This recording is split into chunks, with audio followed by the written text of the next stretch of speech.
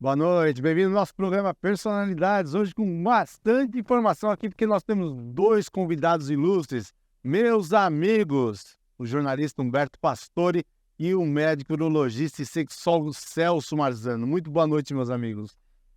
Humbertinho contente hoje, né, Humbertinho? Por dois motivos. Um, primeiro, porque eu voltei nessa casa da Eco TV, que fiquei aqui durante 10 anos. E, claro, você, como comentou semana passada, na frente do meu amigo Joaquim, ia falar bem do São Paulo. Ainda bem que o nosso tema hoje não é esporte, né, doutor Celso? Eu não falo sobre esse assunto há muitos anos até, né? Vamos convidar, ele é corintiano, não quero nem falar dele. Agradecendo aí o convite, estamos aqui para conversar, bater papo, né, com amigos assim de muitos anos, vocês representam muito para mim e é um prazer estar aqui com vocês. E tem história aqui porque o Humberto e o Celso também fazem programa de televisão, tem muito trabalho nas redes sociais, isso também faz uma diferença na divulgação, na informação. Hoje não tem quem não use o celular para ter informação, né? É muito rápido, muito bom.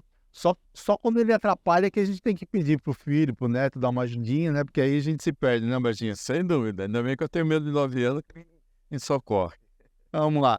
Bertinho, me fala aí, como que você começou no jornalismo? Por que foi essa sua opção? Meu pai era feirante, todo dia ele trazia o jornal Diário da Noite. Ele chegava meio-dia e meio, 1 hora da feira, e eu ia correndo lá para pegar o jornal, porque eu queria ler. Eu não lia, porque eu tinha 5, 6 anos e tal, mas eu me admirava de ver aquele jornal. Então eu ficava falando assim, alguém produziu esse jornal para ele estar aqui hoje. Quem fez isso aqui? Aí eu fui atrás. Quem era o jornalista? Com 5 anos eu sabia que eu queria ser jornalista, mesmo não sabendo escrever. Nem ler na época, né? Mas eu já tinha aquela missão. Então eu segui minha vida para ser um jornalista. Não foi fácil, foi uma caminhada muito difícil. Naquela época não tinha tanta escola fácil. Eu tive que fazer prova de admissão, a gente demorou até realmente estudar. Mas assim que eu tive a oportunidade, entrei na faculdade, Instituto Metodista, que era naquela época. Aí, conforme te falei, né, dentro do ônibus, do carro com nós vinhamos indo, entrei na faculdade de jornalismo solteiro e saí casado com 2 filhos. Eita. O Celso eu já sei até porque ele escolheu urologia.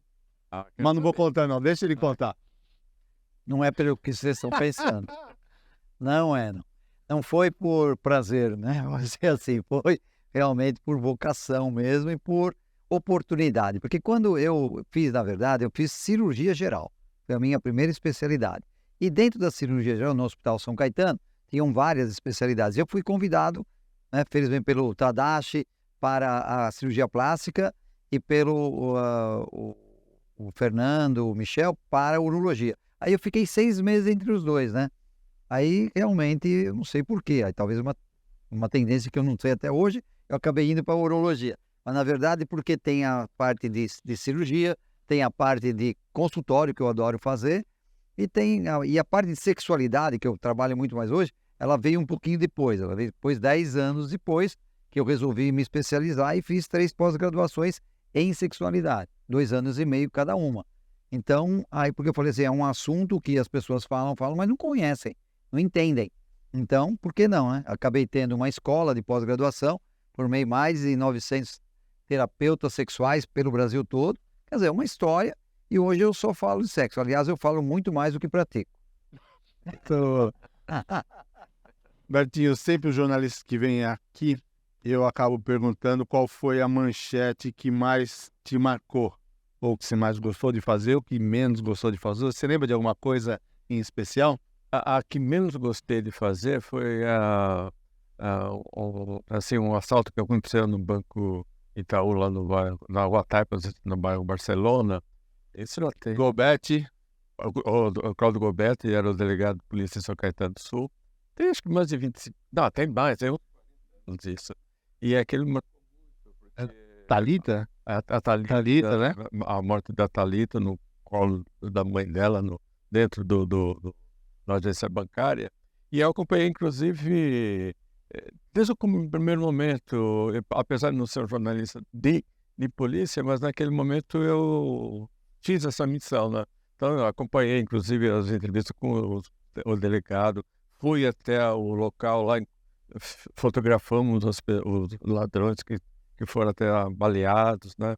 E depois, inclusive, teve a repercussão, assim, como a gente fala quando vai rever o caso. Então, a polícia foi encenar novamente o caso. Então, a rua estava lotada de gente. Aí eu consegui, inclusive, entrar numa casa lá para fotografar do sobrado de frente. Então, assim, era toda aquela necessidade de ser jornalista naquele momento que foi marcante para a cidade. Uma recomposição dos fatos. Verdade, um momento duro.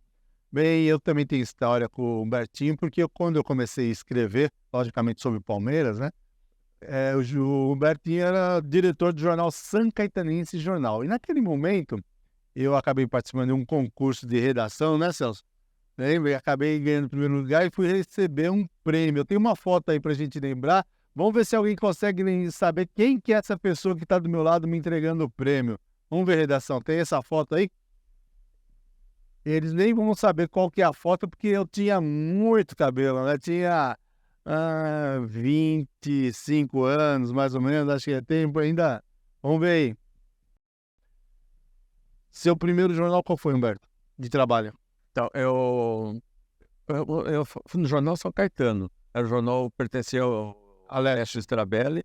Quem era o diretor responsável era o João Batista Toledo. Eu lembro o Toledinho, ele ficava ali na rua Manuel Coelho, no terceiro andar, né, era a administração das primeiras redação.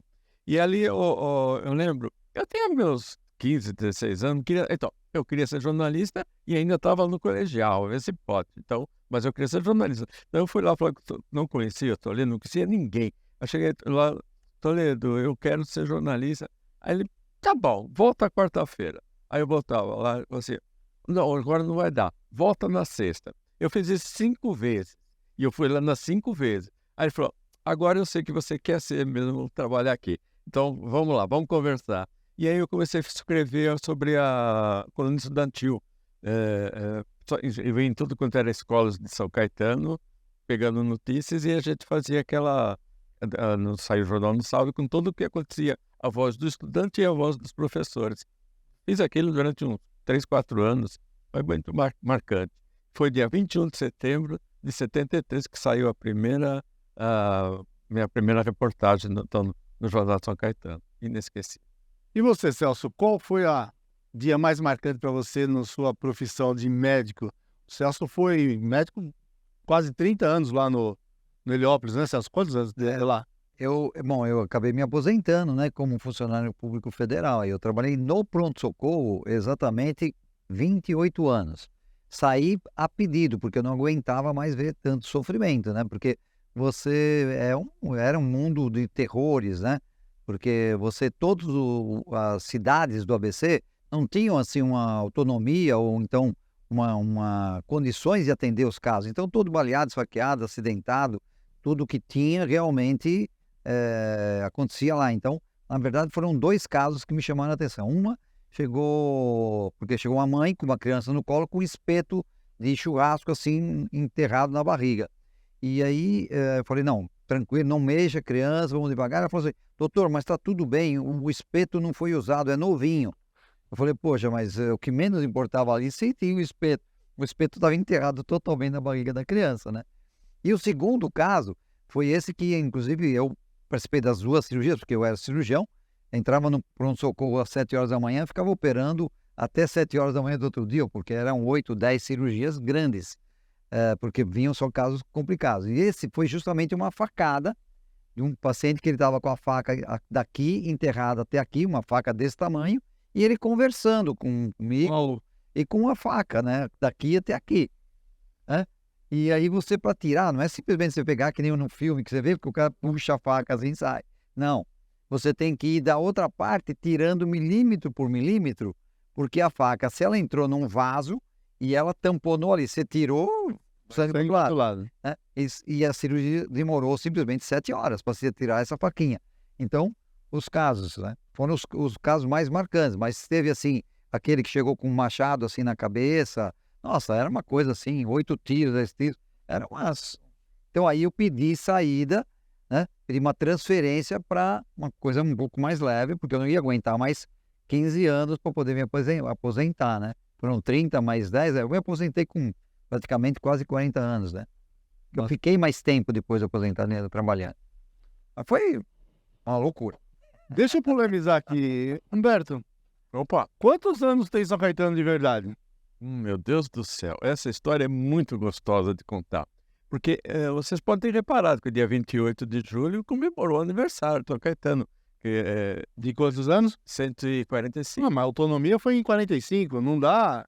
A conta não bate. 48. Tá, essa é a minha briga, que eu vou morrer. Olha, eu tô lá dentro do caixão e vou estar lá, vocês podem estar certo que eu vou estar mexendo os pozinhos para que a cidade realmente se valorize e, vamos dizer assim, coloque realmente na cabeça que nós temos 75 anos. Tá? Porque ainda hoje vi uma frase lá, São Caetano foi fundada com a chegada dos italianos.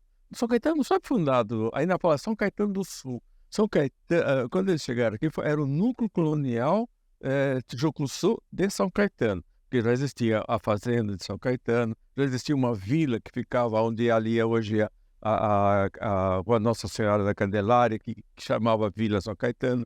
Mas São Caetano mesmo do Sul, e a palavra do Sul, só veio depois da autonomia de São Caetano, com o movimento dos autonomistas que em 46 começaram a brigar, criaram o Jornal de São Caetano, criaram, inclusive depois formaram até o Hospital São Caetano através desse trabalho, e eles conseguiram sensibilizar a cidade para que nós deixássemos de ser uma vila, porque São Caetano foi Vila de São Paulo, foi Vila de São Bernardo em 1900 e foi Vila de Santo André em 1940. Então ele se tornou, ele tinha condições, ele provou que podia ser uma cidade. Só que a cidade mesmo ela só foi surgir a partir do plebiscito de 24 de outubro de 1948. Aí sim, então se criou a cidade de São Caetano. Antes disso nós não tínhamos prefeito, não tinha Câmara, não tinha nada. Inclusive a palavra do Sul. Porque tem outro São Caetano do Norte. Então, a turma fala, São Caetano do Sul tem 145 anos. Como tem 145? A palavra do Sul, ela surgiu porque já estava tudo ótimo, já foi tudo organizado, já tinha tido a votação, já tinha encerrado, a papelada já tinha ido tudo para a Assembleia Legislativa, o governador da época, Adhemar de Barros, já tinha assinado. Aí quando foram formalizar realmente o documento, olha, vamos criar o município de São Caetano. Opa, descobriu-se que existia uma cidade de São Caetano que ficava ali a 30 quilômetros de Caruaru, que é em Pernambuco. Então eu falei, não pode, então tem que ser diferente. Aí ligaram correndo para cá, naquele núcleo ainda que existia, porque era o final de 48, a cidade só ia tomar posse dia 13 de abril. Aí quando eles chegaram lá, telefonaram correndo. Estava até o Neves, também estava um dos autonomistas, ele que atendeu. Ele falou assim, o telefone lá da Assembleia Legislativa de São Paulo. Gente, vocês têm que escolher. Ou São Caetano não pode. Ou é São Caetano do Sul ou São Caetano paulista. Tinha 5, 6 pessoas ali. Poderia ser que tivesse ganhado São Caetano paulista, mas não ganhou. Ganhou entre os 5, 6 que estavam na sala, São Caetano do Sul. Então, São Caetano do Sul só existe mesmo a partir do plebiscito de 48. Não dá para dizer que São Caetano tem 145 anos, como a turma quer pregar. Vamos lá. E uma das pessoas que estavam nessa sala, com certeza, dos 6, foi o Mário Porfírio Rodrigues, um grande amigo. Tanto eu e o Humberto trabalhamos com ele, e vale mostrar um pedacinho de uma entrevista que nós tivemos com ele. Mário Porfírio, nosso grande abraço, autonomista, um dos líderes ainda aqui, sempre fazendo história, contando coisas pra gente que só ele viu. Vamos ver. Passa aí, redação. Mário Porfírio? Me conta um pouquinho da história daquele momento. Quando vocês acharam realmente que tinha a possibilidade de São Caetano ser autônomo? Bom, na realidade nós não achamos que havia possibilidade, não havia possibilidade, porque nós éramos bem jovens. Eu tinha 19 anos, o Walter Tomé tinha 17 anos e pouco, não tinha... Pior que não ler jornal é ler apenas um jornal. Leia, assine e anuncie no Jornal ABC Repórter. 4224-4789. Se você é notícia, foi ou vai ser, ligue para a nossa redação ou mande um e-mail para redação@jornalabcreporter.com.br. ABC Repórter, o diário. www.jornalabcreporter.com.br. Pior que não ler jornal é ler apenas um jornal. Leia, assine e anuncie no Jornal ABC Repórter. 4224-4789. Se você é notícia, foi ou vai ser, ligue para a nossa redação ou mande um e-mail para redação@jornalabcreporter.com.br. ABC Repórter, o diário. www.jornalabcreporter.com.br. Pior que não ler jornal é ler apenas um jornal. Leia, assine e anuncie no Jornal ABC Repórter. 4224-4789. Se você é notícia, foi ou vai ser, ligue para a nossa redação ou mande um e-mail para redação@jornalabcreporter.com.br. ABC Repórter, o diário. www.jornalabcreporter.com.br. Pior.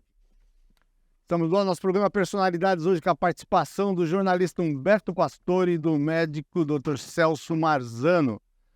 No outro bloco, a gente está falando sobre a questão da autonomia de São Caetano e eu fiz um comentário sobre a personalidade do meu amigo, o líder autonomista Mário Porfírio Rodrigues. Eu te fiz uma entrevista com ele cerca de 10 anos atrás, vale a pena a gente ver um pedacinho dessa entrevista. Pode rodar, produção. Mário Porfírio? Me conta um pouquinho da história daquele momento. Quando vocês acharam realmente que tinha a possibilidade de São Caetano ser autônomo? Bom, na realidade nós não achamos que havia possibilidade, não havia possibilidade, porque nós éramos bem jovens. Eu tinha 19 anos, o Walter Tomé tinha 17 anos e pouco.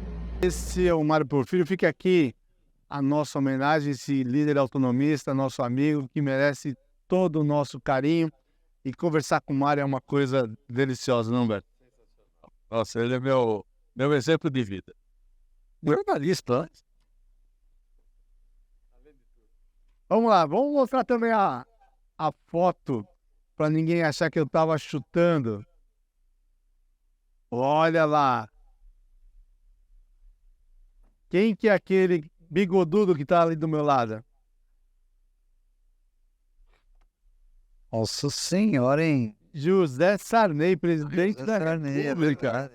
Pô, Humberto, você que publicou essa foto, mano. Aqui um oficial e o primeiro ao lado dele é o Chopin Tavares de Lima, na época era o secretário de Desenvolvimento Econômico do Estado de São Paulo, que foi quem fez o concurso lá pelo governo do Estado de São Paulo. Então, essa foto foi em 1986, aí no gabinete do presidente da República, lá no Planalto. E não dá para ver na foto ainda, mas do lado ainda está o Dr. Raimundo da Cunha Leite, que foi prefeito de São Caetano, nessa época era deputado federal, esteve conosco lá nesse momento importante para a minha vida, né? Foi um momento de homenagem, de gratidão, foi muito bom poder representar o estado de São Paulo nesse evento. Ah, você é bonito, hein? Não, bonito eu não era, não. Sua ainda. Que história, assim, eu era bonito. Se você me enrolar aqui, ó. Sei não, viu? Momentos difíceis, né, da economia naquele momento, lembra? A inflação lá batendo 80%, todo mundo preocupado no que ia pagar, como ia conseguir pagar e se poderia pagar, né? Mas foi um momento bom, eu estava no movimento jovem também do MDB, junto com o Dr. Celso Marzano também, outra historinha aí pra gente contar, né, Celso? Sim. Bons momentos ao lado do nosso sempre amigo, líder, companheiro, professor, o Dr. Antônio Russo. Nós fomos os fundadores do movimento jovem do PMDB em São Caetano do Sul. E o Celso foi vereador 2 vezes pela cidade lá em São Caetano. Mas falando da autonomia, ainda tem um vídeo do Humberto Pastore aqui que ele fala também sobre autonomia. Nós vamos botar no ar para depois falar mais um pouquinho dessa questão da cidade de São Caetano. Eu acho que precisa falar do tema principal, senão não vai pegar fogo essa série. Falar de sexo. Logicamente, o doutor Celso aqui tá louco para falar da questão da sexologia. Como é que chama as pessoas que te acompanham hoje na rede social, Celso? Olha, hoje eu tô com 298 mil inscritos no meu Brincadeira, Betinho? @doutor do sexo. E Sexperts. Sexperts, ó, pra você ficar atualizado aí, tá vendo, Betinho? Essa da gente tem que colocar no nosso dicionário de hoje. Posso definir o que é Sexpert? Pode, deve. Quer dizer, o Sexpert não é aquela pessoa que realmente sabe fazer sexo. Não. É aquela pessoa que sabe fazer a arte do prazer, que é a arte do sexo. Ou seja, quando você fala assim, quais são os segredos dos prazeres? Então, aí sim, você está falando de sexualidade. Porque sexualidade é desde quando você nasce até o momento que você morre. E aí você tem uma história. E você tem um coeficiente de inteligência sexual, que é o seguinte, é genético, a pessoa que gosta muito de sexo ou não gosta pouco, a sua sexualidade, que é tudo que acontece, porque tem interferência da família, da escola, da educação, tudo interfere. E depois vem o terceiro item, que é a sua experiência. Então você colocou tudo isso junto, você tem um coeficiente de inteligência sexual. Então aí você se torna o quê? Um sexpert se você sabe fazer o sexo num nível maior. É justamente o que eu estou tentando fazer com as pessoas que me seguem, tornando essas pessoas uns sexperts. Não só na quantidade, e sim na qualidade. Muito bem. Celso, a pergunta que não quer calar. Deu para entender, né? Todo mundo... Você é um sexpert. Agora sim. Todo mundo fala e quer saber o seguinte, prazer tem a ver com tamanho? Não, nada. Não tem a ver, aliás, os homens não sabem nem medir o Bilal, né? Na verdade, eles medem errado. Por E quê? primeiro que eles também têm uma visão assim, que não é muito privilegiada. Porque quando o homem olha para o seu próprio pênis, ele olha de cima para baixo. Então, ele já não vê muito, porque já perde um pouco a angulação. Se ele tiver muito pelo, aí que ele já vai ver menos ainda. E se ele for gordo, ele mal vai enxergar o próprio pênis, tá certo? Que é a barriga. Agora, quem vê de frente, já tem uma visão diferente.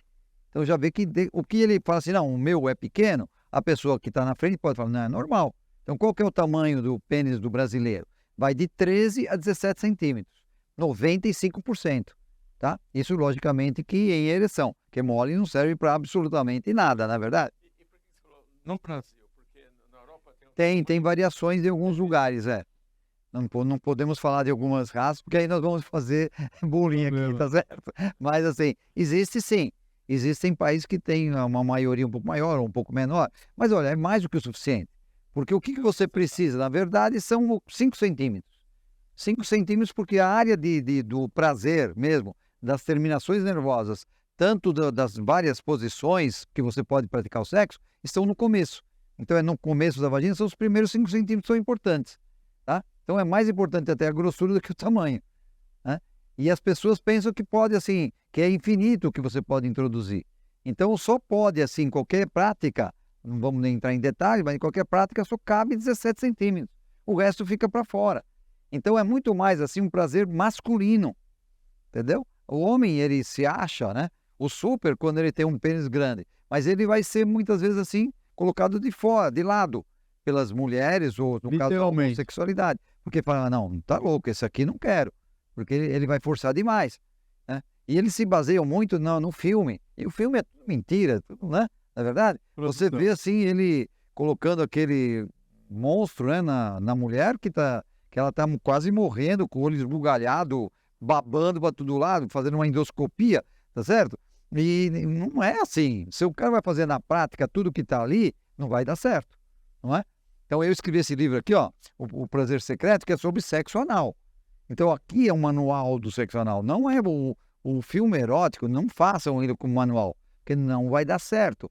Tudo que você tentar ali é falso. Até vou falar uma coisa que pouca gente sabe.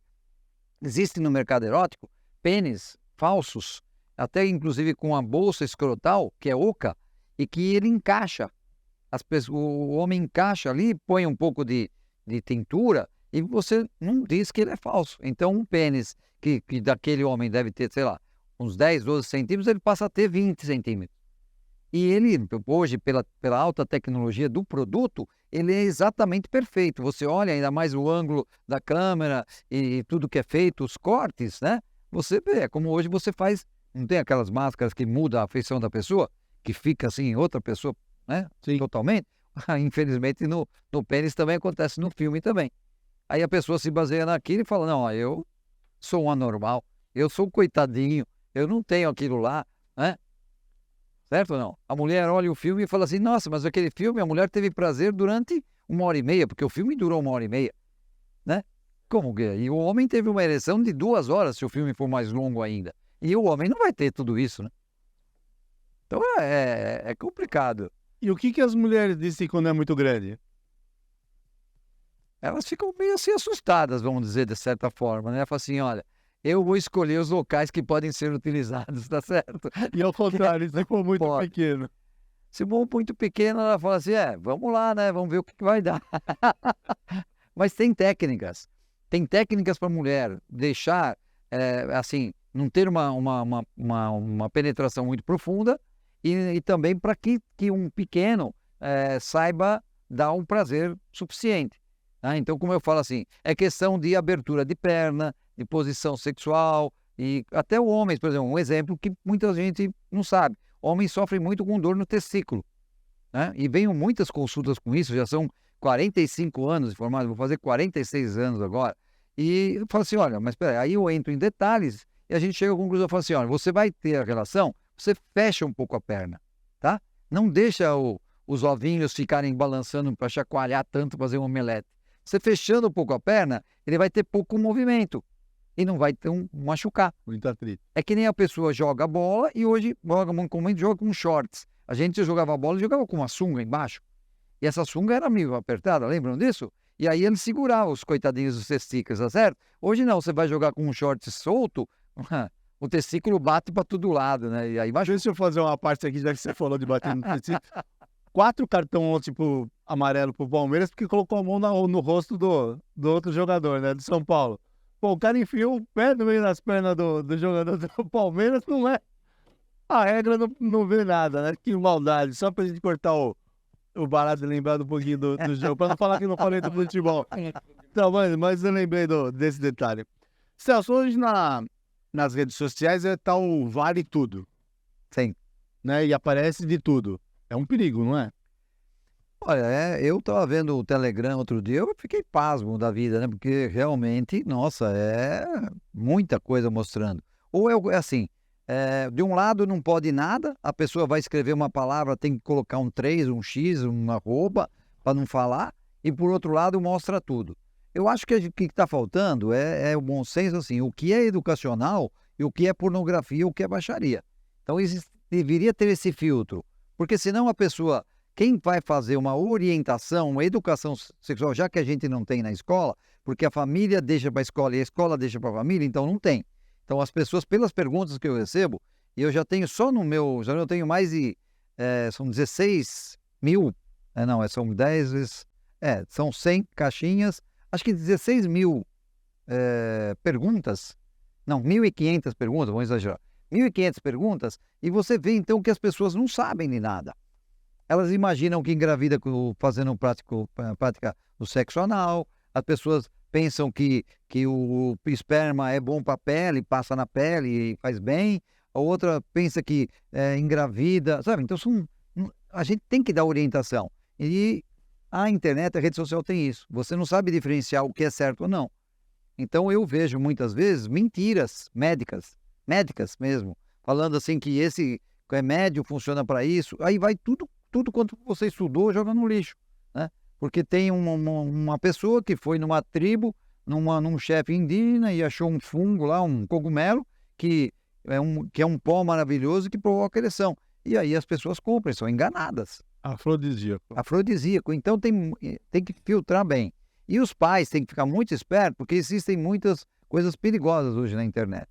Principalmente o bullying, as pessoas falsificam, uma criança passa, eu já tive paciente com isso, já encaminhei para a Samantha, que é psicóloga, dizendo assim que a pessoa, ela faz de conta que é uma criança, fala com uma criança e fica insinuando, vamos brincar, vamos tirar a roupa, vamos fazer isso, aí a pessoa vai guardando todas aquelas cenas e depois ela vai fazer a malandragem, que ela vai tirar dinheiro da família, vai tirar, ou então se não é isso, vai pegar e vai fazer outro tipo de bullying. Então os pais, eu sempre recomendo, os pais têm que ficar atentos ao que o filho está vendo, porque ali não tem filtro nenhum, né? Bertinho, com toda a sua experiência, hoje uma entrevista diferente para você, né? Manda uma pergunta então para o Dr. Celso para mostrar que você está por dentro do assunto. Você falou que você tem mais de 46 anos. e meio. O que mudou, né? Quando você fez as primeiras pessoas que chegavam lá te procurando e é de hoje? É as mesmas perguntas, as mesmas preocupações? E, por outro lado, o que aconteceu na medicina que realmente mudou o cenário aí Olha, o que mudou tudo foi justamente a internet, né? Foi vir o computador, aí eu sou da época que não tinha computador e que não tinha internet, né? Quer dizer, um pouco Tiranossauro Rex mesmo, né? Mas fazer o quê? O que mudou foi isso, porque hoje o paciente ele chega e ele já vem muito assim munido de informações. Então antes disso ele pega e faz um filtro no Google, não é? Tudo bem, o Google dá informações, mas só que ele está falando para um robô. Ele é um robô falando para outro robô, mas a pessoa não é robô. Então a pessoa se confunde. Então hoje a gente está dando mais orientação do que, olha, isso que você achou que era, não é. Isso que você não deu importância, é importante. Então as pessoas são perdidas. Então elas vão para cada médico e eles vão escutar coisas diferentes, porque as informações são diferentes. Então se você faz pergunta, eu tenho febre, o que é? O Google vai te dar 200 doenças e você escolhe qual você quer, né? E aí ele vai tratar ainda, tem a automedicação. Então, o grande impacto hoje é justamente você desmistificar de que o importante ainda é você ir ao médico, não ao farmacêutico para pegar remédio, não fazer automedicação, né? Porque também, infelizmente, as pessoas põem a mão assim em você e falam assim, você tem isso, né? E vai pegar um remédio na prateleira e te dá. Não te examinou, não sabe nada da história. Não é crítica, é a postura que a gente critica, né? Não é a pessoa, porque você está lidando com o ser humano, é sério, que a pessoa está dando naquele momento, está entregando a sua vida para você. Então você tem que assumir essa responsabilidade. E essa é a grande diferença, né? Então hoje isso e hoje um pouquinho a má formação médica também, porque tem faculdades demais, está faltando hospitais para treinamento. Então as pessoas estão um pouco mal, assim, de um lado elas se acham que sabem tudo, começam a fazer tratamentos e morrem mesmo por isso. Morrem, ou então, como eu já tive pacientes, que eu falei assim, olha, você está tomando, você está se matando. Vamos mudar tudo isso, né? Vem amanhã, vem depois da manhã, depois de 3, 4 dias, a pessoa está totalmente renovada, porque estava fazendo automedicação. O ser humano morre pela boca. Ou ele fala demais, ou ele come demais, ou ele bebe demais, ou ele faz automedicação. Completar, Humberto? Por exemplo, mas assim, as pessoas hoje estão te procurando mais, por exemplo, porque eu sempre ouvi assim que o homem nunca chegava no médico para fazer esse tipo de pergunta. Quanto ao sexo? Hoje é totalmente aberto. Homens e mulheres falam abertamente. Outra não tem realidade. vergonha. Não tem vergonha. Aliás, as mulheres, elas acompanham o parceiro para ver realmente se ele vai falar a verdade primeiro, né? Se ele não vai mentir nada, né? Porque senão ele vai ocultar algumas coisas. E outra que ele assim fala assim, olha, ou vamos ao médico, a mulher marca muito o médico, fala assim, olha, vamos porque a situação não dá, não é? Certo? Para fazer a prevenção da próstata, eles têm medo do meu dedo, fazer o quê? Mas assim, da sexualidade, eles têm que, porque eles estão perdendo o casamento. Tá separando, já não está dando mais. Então vamos à busca. E, por outro lado, hoje a gente tem o poder, isso não sou eu, todos os urologistas, 100% de sucesso na questão, por exemplo, da impotência. Você tem todas as armas para dar. Só que você não tem uma coisa que você não consegue mexer, que é aqui a cabeça, que é o relacionamento, a dinâmica do casal, né?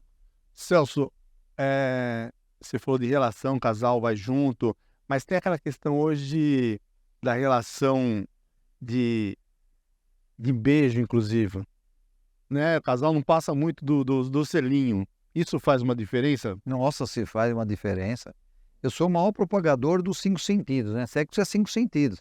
Então você tem que beijar, cheirar, ouvir, falar e toque. Se você não fizer isso, e as pessoas não fazem. Então brigam o dia inteiro. Né? Ficam se cutucando o dia inteiro. Não se beija, não dá aquelas brincadeiras, aquelas coisas, safadezas que você fazia durante o dia.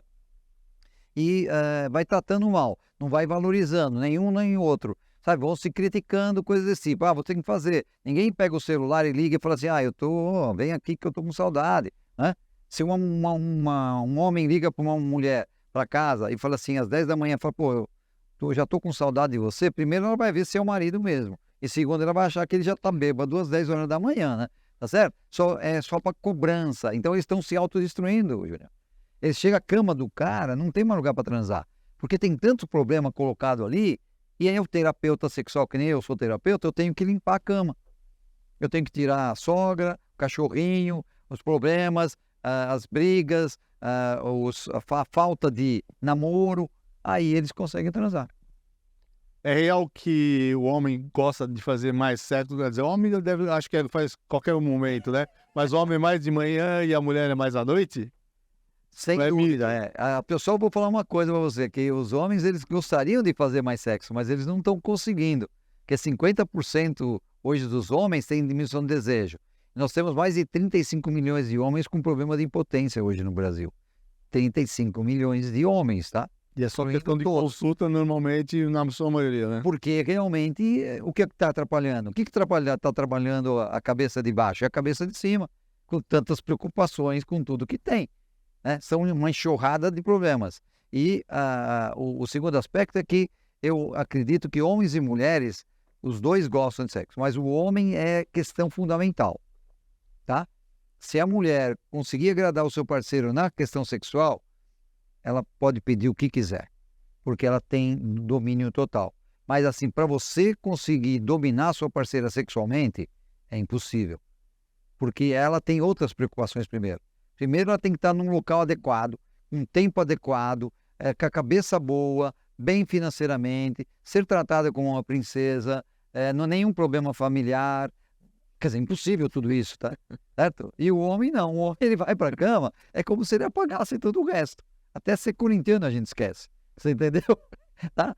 E aí a coisa funciona, porque o que você quer é aquele envolvimento erótico. Tanto é que a resposta sexual do homem é desejo, excitação e orgasmo. A mulher é reto, a mulher é circular. Também tem desejo, excitação e orgasmo, mas no meio tem tantas coisas que interferem que a coisa ela pode começar com um grande desejo e no meio péssimo.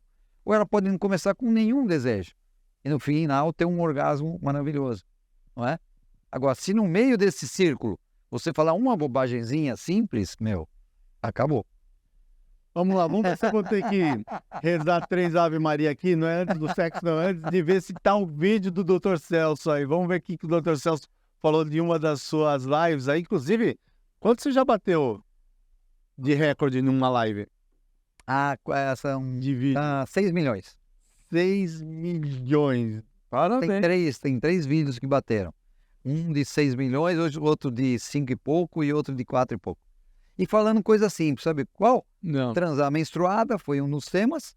O outro tema foi sobre higiene, porque os homens não sabem urinar, urina errado, não sabe se limpar depois do sexo, coisas que eu ensino, tem que ver. Então antes do vídeo já fala dos dois, aí. Bom, primeiro que o homem urina errado, né? Ele acha que urinar sentado tá certo. Não, tá errado. Tem vídeo falando que é. Não, você tem que urinar sempre de pé, porque você foi feito para isso. Os músculos, principalmente os mais idosos, você perde a prensa abdominal dos músculos. E aí você então vai ficando com cada vez menos músculo e mais dificuldade para urinar. Né? Agora, você tem medo, né? Porque se você acorda quando jovem, você acorda com aquela ereção, para se acertar aquele buraco é difícil. Você vai fazer xixi na parede, não é? Ou então, quando você é muita idade, você vai fazer xixi no pé. Então você tem que escolher. Então, aquele velho piniquinho, mas pode ser agora um plastiquinho, estilizado, alguma coisa diferente. Qual é o problema? Você pega um copinho, põe o bilau ali dentro, faz limpinho, você relaxa, você urina melhor, depois você joga fora, dá uma lavadinha, pronto. Mas tem que ser de pé, senão você está indo contra a sua anatomia. Então, esse é um dos grandes erros. E não esquecer da higiene antes e depois, né? Não só o depois, né? Não, tem que lavar a mão antes de mexer no pênis, né? Porque o cara mexe em tudo, dinheiro, copo, tal, coça a cabeça, coça o pé, para não dizer que coça outras coisas, tá certo? E depois ele vai lá e põe a mãozinha limpa e monta dele no bilau, como se o bilau tivesse sujo. Aí ele lava ainda. Você tem que lavar antes. O lavar depois, tudo bem, mas o antes é essencial. Tá. E eu falei da parte sexual, né? Sim. Que as pessoas, elas se machucam, porque, assim, você acabou de fazer qualquer prática, vou citar todas, mas simples, né? Desde um oralzinho, nananã, frente a trás, uma pinceladinha, qualquer coisa que você faça, você tem que lavar imediatamente. Você chegou ao orgasmo, você está com o olho virando, perna tremendo, na lua, meu amigo, você volta e vai lavar. Tá? Não é dormir e lavar, é lavar e dormir. Porque senão, no dia seguinte, vai estar todo machucado.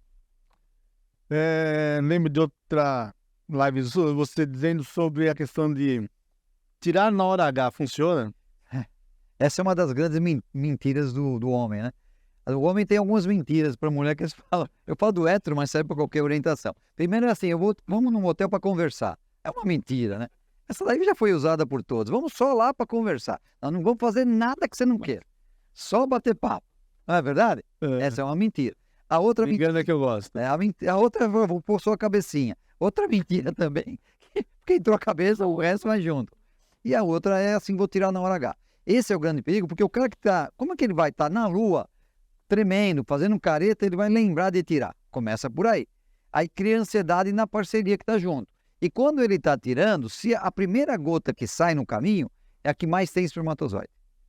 A primeira gota que você ejacula é a que mais tem espermatozoide. A média de 20 a 30 milhões na primeira gotinha. Então aí engravida. E aí, já viu, né? Dá licença, percebe que assim, o casal vai lá, vamos fazer sexo, vamos fazer amor. Como é que pode essas duas palavras serem sinônimas? Sexo é diferente, não tem nada a ver com amor. Sexo é sexo, amor é amor. Aí tá aí que eu digo. Já. A música era perfeita. A musa já falou isso, né? Não precisa falar mais nada. A musa falou, né? Então é assim, sexo é uma química, amor é uma química. Como assim? Você ter a ereção é uma química, manter é outra química. Orgasmo é uma química. Então cada uma, são várias químicas que se ajuntam. Agora, fazer sexo com amor é muito mais gostoso, óbvio, porque você tem envolvimento. Mas você, quantas milhões de pessoas, sexo casual, sexo ali... Tem várias pessoas transam por vários motivos, tá? Então não confunda, porque se você endeusar demais a sua parceria, não vai funcionar. Se você endeusar de menos, tratar mal, também não vai funcionar. O segredo é beijar muito, viu? E beijo de língua, porque selinho é pra carta. Bem, eu falei dos vídeos do Dr. Celso, que estava dizendo que ia rezar 3 Ave Maria para ver se não sumiu o vídeo do Dr. Celso. 6 milhões de pessoas visualizar um vídeo. São coisas simples, né, doutor? Coisa que é rápida, sucinta, para dar informação e educação. 1 minuto. 1 minuto. Vamos mostrar aí um vídeo do Dr. Celso, por favor. Quem ama, cuida. Doutor do Sexo pergunta. Você foi fazer a mamografia agora no Outubro Rosa, não foi? Você levou a sua mãe para ela fazer? Ela foi fazer a mamografia? Se alguém na sua família tem antecedente de câncer de mama, é obrigatório que faça a prescrição, tá? Se também aparecer o bico tá ficando torto, saída de sangue ou de secreção na mama, carocinho ou nódulo, tem que correr. Não esqueça, ainda dá tempo. Quem ama, cuida. O câncer de mama é silencioso. Ele só aparece quando já está no estágio bem avançado. E aí complica. Doutor do Sexo falou, cuide delas. Aí até falei de câncer de mama, né? Eu dou orientação. Aliás, até eu queria comentar que eu estou concorrendo esse ano, tem um mercado erótico, né? O mercado erótico tem o Oscar do mercado erótico. E eu estou concorrendo como um dos 4, né? Porque são 4 concorrentes, vai ter uma votação, com o melhor conteúdo digital de 2023. Então é uma coisa bem legal, né? Esse é um reconhecimento assim do trabalho. Não estou ganhando nada com isso, mas assim, então eu fui indicado por pessoas e aí muitas indicações e estamos concorrendo aí. A partir do dia 20 de fevereiro tem a votação mesmo, que é o Brasil inteiro. E o mercado da sexologia, muito quente? muito quente. Vocês sabem quantos produtos tem no mercado erótico? Mais de 10 mil produtos. É que as pessoas não imaginam, né, o que tem. Sabe, eu querido, 10 mil produtos, tem tudo que você pode imaginar. Né? Hoje nós temos uma feira, chama Intime Expo, né, que é uma feira erótica aqui em São Paulo, que ela é muito visitada, mas assim, é uma coisa impressionante. As pessoas ainda têm vergonha, mas agora abriu, né, a internet, que vende tudo, todos os locais vendem, até as farmácias vão vender produtos eróticos, já está tudo sendo fechado para isso, que as pessoas vão poder comprar um vibrador na farmácia, vai poder comprar lubrificante, já tem. Tá? E por que não, né? Se é tão, hoje nós estamos tão modernos. Doutor, chegou uma pergunta aqui dizendo o seguinte, fazer sexo na praia tem algum problema? Ah, tem, viu? Porque tem muitos problemas. Por exemplo? Primeiro é que a água, ela tira a lubrificação, certo ou não? Então você já imaginou o que acontece depois de 15 minutos naquele esfrega-esfrega na água salgada. As coisas que ficaram se esfregando ali vão ficar vermelhinhas, irritadas assim por 15 dias. Se for na areia, aí complica, porque você joga um pouco de areia e fica esfregando ali na região genital, que é super, né, super íntima, não dá. Então, não pode ir no rio, porque é muitas vezes contaminado. Nas lagoas, e tem um peixinho que ele entra nos orifícios na Amazônia, ele entra no orifício do pênis, na vagina, e para tirar só em hospital. Você se fere, se machuca muito, né? E na praia, por isso, tira a lubrificação, machuca, dá irritação, fica assim bom durante assim alguns minutos, mas depois o cara fica sofrendo e a mulher uma semana. Então, não é. Pode brincar, pode fazer uma prévia, tá? Mas depois vai para casa, toma banho, tira a roupa salgada e aí fica tudo à vontade. Mas na água não dá para transar. Bom, Esberto. É interessante. Eu sabia que o programa ia ser bem bombástico, né? Mas realmente, quantas novidades, né, que ele contou aí. Parabéns, eu gostei da brincadeira. Sexo, quase troquei um pouquinho aqui. Sexo anal ainda é o maior mito que tem? Mas você sabe, cada 10 perguntas que eu recebo, 6 são de sexo anal. É impressionante a curiosidade do ser humano. E pelas minhas estimativas, mas ninguém pratica, né? Bobagem isso, né? Olha, eu respeito todas as crenças, religiões, quem não quer não pratica, mas eu sou educador sexual, entendeu? Eu sou orientador, então eu tenho que falar. Então eu tenho que dar orientação. Nós temos no Brasil hoje, pela minha estimativa, no mínimo 30 milhões de pessoas que praticam sexo anal. 30 milhões de pessoas. Homens, mulheres, de todas as orientações sexuais. Mas e aí, né? Vai ficar, depois de muito tempo, vai ficar aberto, vai ficar soltando gás ou fezes? Não acontece. Pode ter orgasmo pelo sexo anal? Pode ter. Tem que sangrar sempre? Não. Tem que doer que vai acordar a vizinhança, a cachorrada vai ficar latindo? Também não tem. Dá prazer? Dá, porque senão como seriam? Como seriam os homossexuais? Não é verdade? Que só praticam, né, o sexo anal? Então, ou seja, tem que saber fazer, sabe? Tem que fazer. Eu não estou fazendo só propaganda do livro, né? Esse livro não tem mais em livro, isso aqui é peça rara. Agora é só a internet. É só a internet, tem em português e inglês, no mundo inteiro. É um manual. Então, quer dizer, o sexo vaginal você pratica espontaneamente, na boa, porque já foi preparado para isso. A natureza já fez. O sexo anal é uma curiosidade e é cheio de mitos e tabus, mas você tem que aprender a fazer. Então você tem que saber que tem que ter muito lubrificante, tem que ser devagar, não faça igual o filme erótico lá, porque eles para fazer um filme demoram dias. Eu já presenciei, eu levava os meus alunos em locais que faziam filmes eróticos para aprender a ver, para conversar com as prostitutas, para conversar com os garotos, porque tem que saber. Sexo é uma coisa assim da vida, não é verdade? Senão a gente não estaria aqui. Exatamente. Nós não estaríamos aqui se não tivesse o sexo. Então vamos fazer. Só não pode colocar na novela, né? Do jeito que os caras estão apelando toda a forma. Né? Você vê assim na novela que o cara usa camisinha? Não vê? Não. Você vê que depois de transar ele levanta para tomar banho? Não. Não é verdade? Ele já veste a cueca e sai pingando aquela sujeireba. Cadê a higiene? Cadê o negócio? Então, já que vamos fazer, vamos ensinar, né? Celso, outro telespectador está perguntando aqui sobre o uso do azulzinho. É verdade que quem usa uma vez está diminuindo uma vez para namorar mais tarde na vida? Não, tá louco. Eu acho que, sabe que o primeiro remédio mais vendido no mundo é o antidepressivo, tá? Depois vem os remédios por ereção. Só para você ter uma ideia que está tudo ligado, né? E depois vem os remédios cardiovasculares. Ou seja, se não existisse esse remédio, eu falo do azulzinho, mas hoje tem vários produtos, nossa, a sexualidade do homem, de uma maneira geral, estaria abalada. Porque ele já com 60 anos, a maioria já estava, assim, ou morria com 60 anos. Hoje os homens estão morrendo com 90, tá certo? E transando ainda, hein? Tá? Nem sempre transando do jeito que eles falam, que eles mentem um pouco, né? Mas assim, eles transam, tá? Porque os pacientes meus vêm. E aí você dá medicamentos, você tem injeção no pênis, você tem prótese, você tem todas as formas. Então é um remédio fabuloso.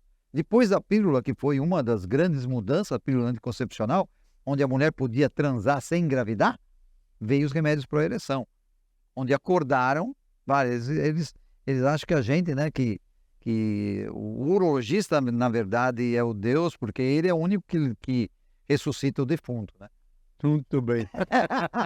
Essa valeu o dia. Ó, vamos voltar um pouquinho aqui na questão da autonomia de São Caetano. Eu falei que tinha um vídeo do Humberto Pastore, a produção aí já disse que está no ponto. Vamos mostrar o Humberto fazendo um comentário sobre esse assunto. Pode passar, produção.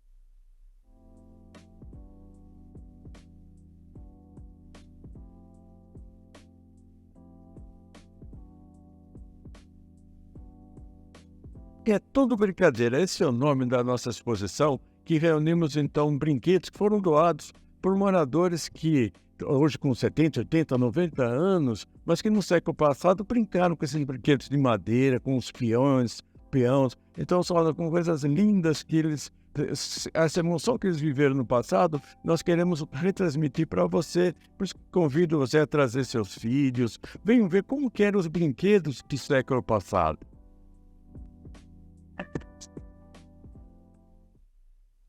Humberto, então esse daí não é da autonomia, esse daí foi uma exposição no Azulão. Não, é assim, foi aberta uma nova exposição ao Museu de São Caetano através da Fundação Pro Memória. Então ele está organizando vários locais de levar os objetos, que tem mais de 6.000 peças lá no museu. E um desses locais é o anexo administrativo da prefeitura, que ele abre, inclusive, a entrada é pelo Chico Mendes, né?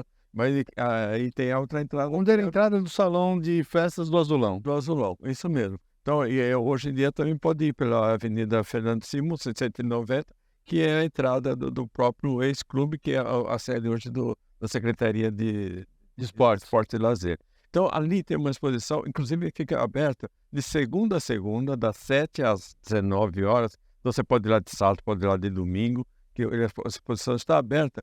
E lá nós conseguimos reunir mais de 30 brinquedos que é realmente do século passado. As pessoas até se maravilham. Os jovens, eu levei meus netos lá, eles não conheciam 80% deles. E outros que brincaram. Então, eles, vamos dizer assim, voltaram ao nosso passado. Muito gostoso. Muito bem. Tem mais um vídeo do Humberto aqui. Vamos passar aqui. Esse é da autonomia.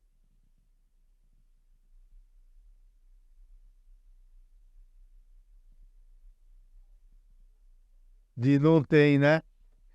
Eu mereço. Vamos lá. Então, nós estamos chegando no final do programa. Nós vamos falar um pouquinho sobre uma coisa que nós três gostamos muito aqui. Vou até tomar um pouquinho d'água para... que é turismo. Turismo... Quem não gosta de fazer turismo, né? Que nem sexo, né? Ninguém tá Sim.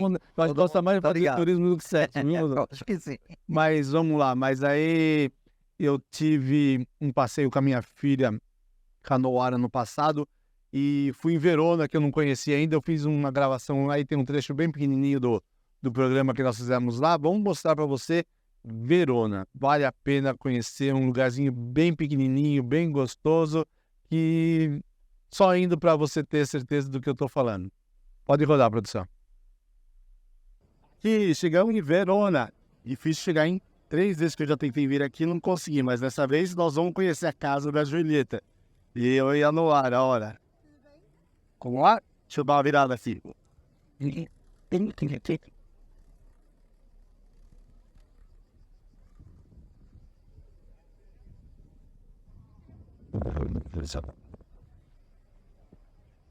O tema na frente. Muito bela.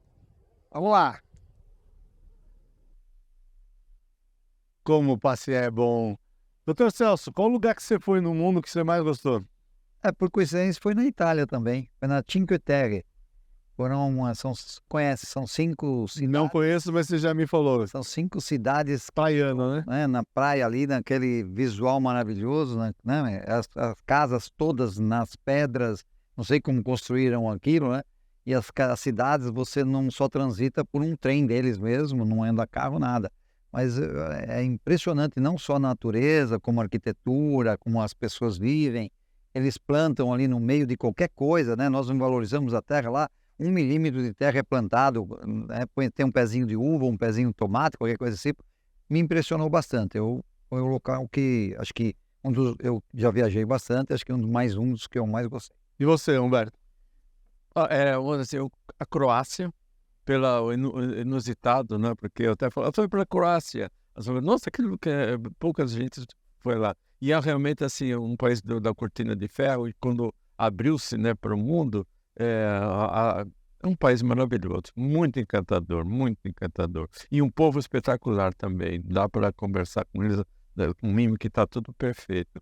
Mas o que eu gostei mesmo é da Grécia. Você sabe que eu sou de São Caetano do Sul, eu falava assim, andando na Grécia, em Atenas, parecia que eu estava andando no bairro Nova Jersey. Eu acho que eu já tinha aqui, impossível. Era assim, muita familiaridade. Tanto que eu fui com um casal amigo, nós fomos com 60 anos. E a nossa proposta é retornar quando fizer 70. Bem, Tá, 2 detalhes aí.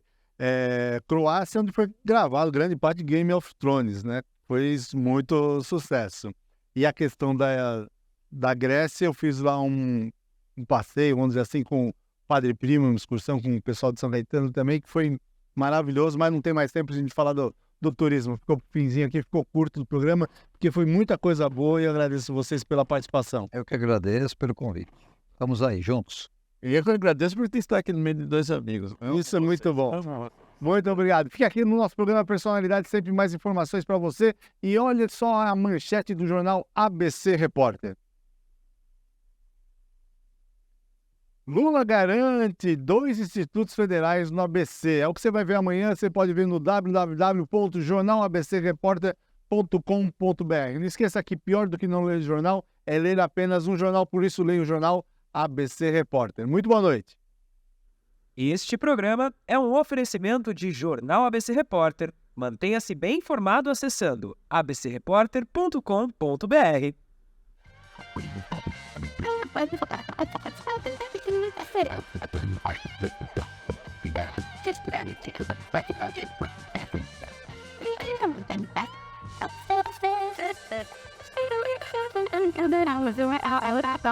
I know.